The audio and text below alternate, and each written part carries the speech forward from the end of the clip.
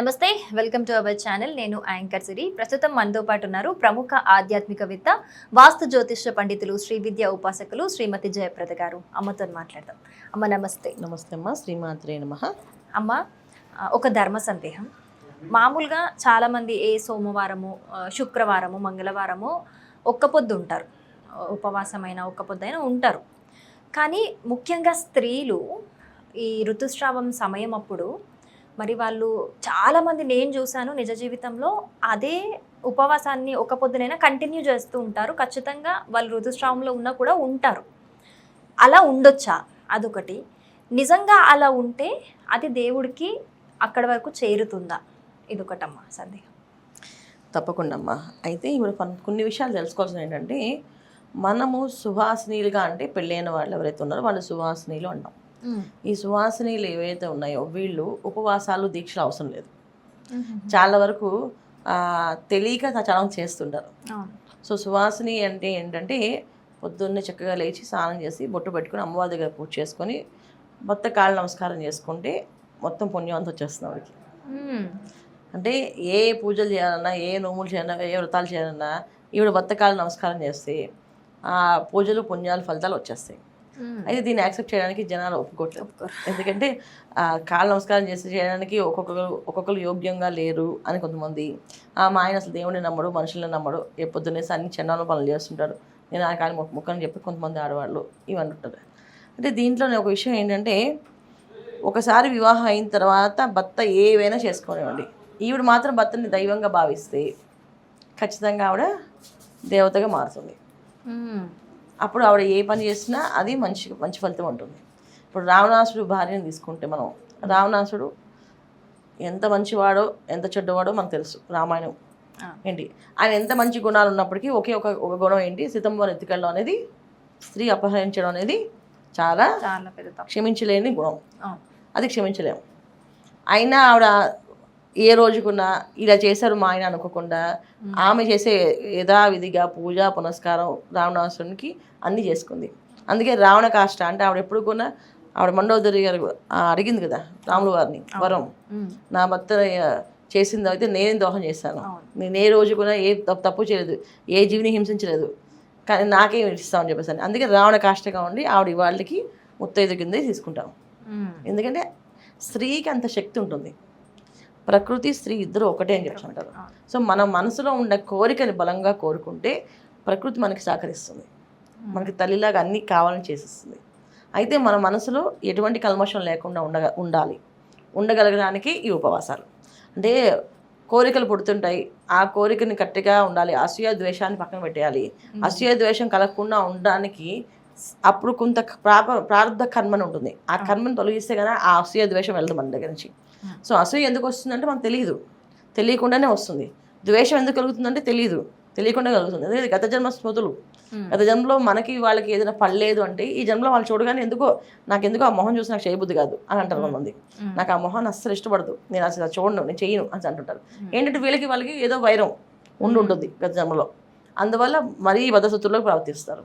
And కొన్ని విషయాలు అసూయ కలగచ్చు వీళ్ళకంటే, వాళ్ళు ఏదైనా ఎక్కువగా మాట్లాడినా, నేను మాట్లాడలేకపోయినా ద్వేషంతో అసూయ కలగచ్చు. ఈ అసూయ ద్వేషాలు అవన్నీ ఉంటాయి కనుక దాని నుంచి బయటపడడానికి ఉపవాస దీక్షలు ఇది. తర్వాత రెండోది ఏంటంటే మానసిక ప్రశాంతత. అంటే ఇప్పుడు మానసికంగా ఒక స్త్రీ కోరుకుంది అనుకో, భగవంతుడు అమ్మ మా ఆయన బాగుండాలి, మా ఆయన చల్లగా ఉండడానికి నేను ఇన్ని ఉపవాసాలు చేస్తాను, ఇన్ని దీక్షలు చేస్తాను, ముక్కేసుకుంటారు. ఈ ముక్కులు వాళ్ళ మానసిక ప్రశాంతత కోసమే కానీ వేరేది దానికోసం కాదు, అర్థమైందా? సో స్త్రీ ఎప్పుడు కూడా ఉపవాసంతో అంటే పస్తుతో పడుకోకూడదు, అది ఇంటికి అరిష్టం. అయ్యో, తెలియదు చాలా మందికి తెలియదు. అసలు సువాసిని ఉపవాసం అనేది లేదు. సువాసిని రాత్రికి ఇంత ఆహారం ఏదైనా పదార్థం తీసుకోవాల్సిందే అండి. స్త్రీ అసలు ఉపవాస దీక్ష ఉండకూడదు, మగవాళ్ళు ఉపవాస దీక్ష ఉండాలి, ఆడవాళ్ళు ఉండకూడదు. కానీ ఇక్కడ ఆడవాళ్ళు అందరూ ఉంటున్నారు, మగవాళ్ళు ఉండట్లేదు. అందుకే ఆడవాళ్ళు ఉపవాస దీక్షలు చేయకూడదు. శుక్రవారం చాలామంది ఉపవాసాలు ఉంటారు, శుక్రవారం ఉపవాసం ఉండకూడదు వాళ్ళకి. శుక్రవారం సువాసిని ఆహారం తీసుకోవాలి. ఆవిడ ఆహారం తీసుకుంటేనే అమ్మవారి నైవేద్యం పెట్టిన ఆహారం తిన్నట్టు ఆవిడ. అంటే ఈవిడ ఒక దేవత రూపం కనుక ఇంటికి ఇల్లాలు దేవతతో సమానం. సో ఆ ఇంట్లో ఈవిడ ఆహారం తీసుకుంటేనే ఆ ఇల్లు కలిసి వస్తుంది సుభిక్షంగా అండి. ఆ సుభిక్షంగా రావడానికి కారణంగా ఈవిడ ఆహారం తీసుకోవాలి. సో ఉపవాస దీక్షలు ఉండకూడదు. ఓకే, అయినా సరే లేదండి నేను ఉపవాసం ఉండకపోతే నాకు మనసుకి అనిపించదు, ఉపవాసం ఉండాలి, అంటే ఉండొచ్చు, ఉండండి. ఇబ్బంది మానసిక ప్రశాంతత కోసం ఏ పనైనా చేయొచ్చు, తప్పేం లేదు. ఉపవాసం చక్కగా ఉండొచ్చు, ఎప్పుడు ఉండొచ్చు, ఏ రోజైనా ఉండొచ్చు. మీరు ఏది ముక్కుంటే ఆ ముక్కులకి ఉపవాసాలు ఉండొచ్చు. చాలామంది మెట్లు ఎక్కుతూ ఉంటారు, కొంతమంది ఉపవాసం ఉంటారు, మౌనవ్రతం అంటారు. ఇవన్నీ కూడా చేసుకునే స్వేచ్ఛ ఉంది కనుక చేసుకోవచ్చు. అయితే ఈ ఋతు సమయంలో జరిగినప్పుడు దోషాలు అవి పాటించాలని ఏం లేదు. సో ఆ టైంలో మనం ఉపవాసం ఉండాలని లేదు. ఎందుకంటే ఉపవాస దీక్ష అంటే మనం ప్రారంధ కర్మని ఒకరోజు ఆహారం తీసుకోవద్దు. అంటే మన భూమి మీద వచ్చినప్పుడు ఎన్ని గింజలు తినాలో దేవుడు రాసి పంపిస్తాడు, ఎంత అన్నం తినాలో రాసి పంపిస్తాడు. అయితే పెద్దవాళ్ళు ఏం చేస్తారంటే కొంత అన్నమైన దాచుకోవాలని చెప్పి ఏకాదశిలో ఉపవాసాలు ఉండన్నారు అని అనేవాళ్ళు. ఎన్ని ఏకాదశిలో ఉపవాసాలు ఉంటే అంత అన్నం మనకు మిగులుతుంది, మళ్ళీ అన్ని రోజులు బతుకుంటాం. సో చాలా మంది చెప్తున్నారు నీ భూమి మీద నౌకలు చెల్లిపోయే వాళ్ళకి వెళ్ళిపోయాడు అని చెప్పేసి. భూమి మీద నౌకలు చెల్లిపోవడం అంటే ఏంటంటే ఆహార ధాన్యం వాళ్ళకి ఇచ్చిన దేవుడు ఇచ్చినంతా అయిపోయింది, అయిపోయితే వాళ్ళు వెళ్ళిపోతారు ఇక. సో ఈ ఉపవాసాలు దీక్షలు అన్నీ ఏంటంటే మన లైఫ్ స్పాన్ పెంచుకోవడానికి, ఇంకొన్నాళ్ళు అంటే ఈ ఆహారం అయ్యే వరకు మనకు అంటే అక్కడ అకౌంట్ క్లోజ్ అయ్యే వరకు మనం ఉంటుందా దానికోసం. అయితే ఈ ఋతుస్రావంలో ఉన్నా కూడా దేవుడికి చెందదంటారా? దేవుడు చెందదు, మన లైఫ్ స్పాన్ పెరుగుతుంది అంతే, అంతే ఏముండదు. ఇక్కడ ఉపవాసం దేవుడు ఏమి నువ్వు ఉండడం వల్ల కానీ ఉండకపోవడం వల్ల కానీ ఆయనకు వచ్చే లాభం ఏం లేదు. ఉంటే ప్రారంధ కర్మ క్షుద్బాధని అంటే ఆకలిని మనం భరిస్తాం కనుక మనకు అర్థంలో ఎవరికైనా ఆకలితో ఒకవేళ ఆకలిని తెలియకుండా ఎవరికైనా దోషాలు ఉంటే, అంటే కొంతమంది అన్నం పెట్టకుండా వచ్చేసాం, కొంతమంది మధ్యాహ్నం పూట భోజనానికి వచ్చినప్పుడు భార్య భర్తలు ఇద్దరు గొడవపడి భర్త తినకుండా ఇంట్లో చెడిపోతారు, అది దోషంగా మారుతుంది. చాలా మంది ఆహారం తిందాం నించుని ఆహారం కోసం వెయిట్ చేసి ఆహారం అయిపోయిందండి అంటారు. అన్నదానం చేసినప్పుడు ఆహారం అయిపోయిందండి అంటారు, వాళ్ళు తిందాన్ని ఆశపడి వెళ్ళిపోతే అది దోషంగా వస్తుంది.